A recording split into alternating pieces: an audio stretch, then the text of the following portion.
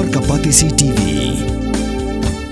Ka East West Group of Institution Bangalore, ka khot admission na kabenta ka nursing but paramedical course, ka bala itho da ka Indian Nursing Council, ka buy admission ka badunatam, but she's pa percent ka jinyokam.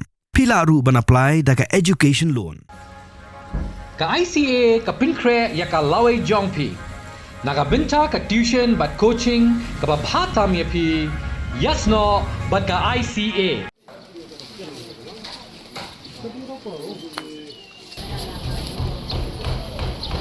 Secretary jong Meghalaya Human Rights Commission ula pentip baga commission kala Shim Moto hak biadai bag Jingkhlad no jong kong pencai bare ka Longkmie ba Armet bat Khun badang pun hak Kpoh kat kum belapau hakilat patai kubor.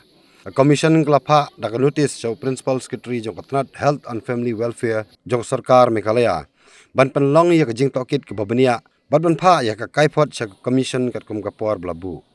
Na kaliang joki bahing basam kila ujor dak ijahar persya ibor penia joko hospital bad hagaju kapor u deputy commissioner joka West Genti Hills district u AK Singru ula thung dak committee tokit ban khli dak additional deputy commissioner ka kong bibla ka district medical and health officer joka West Genti Hills ka Dr. Patricia Shalla bad arngut ki doktor na civil hospital cleared bagan thop ya pediatrician u Dr. Henry Lamari bad ka gynecologist ka Dr. Sofina Dakhar.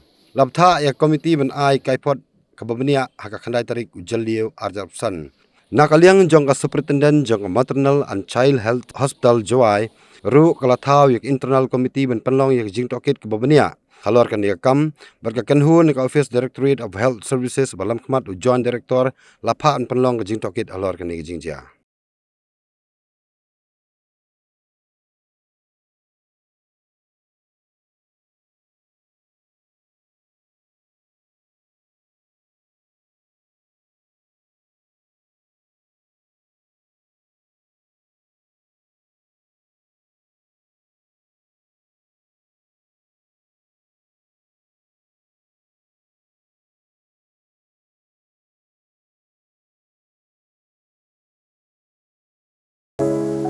From the hills of the east, a new voice rises. Hello Meghalaya, our state's first ever OTT platform streaming stories, music and dreams. From folklore to films, beats to breakthroughs, this is where culture meets creativity. Discover award-winning talents, breakthrough creators, and untold stories that deserves to be seen.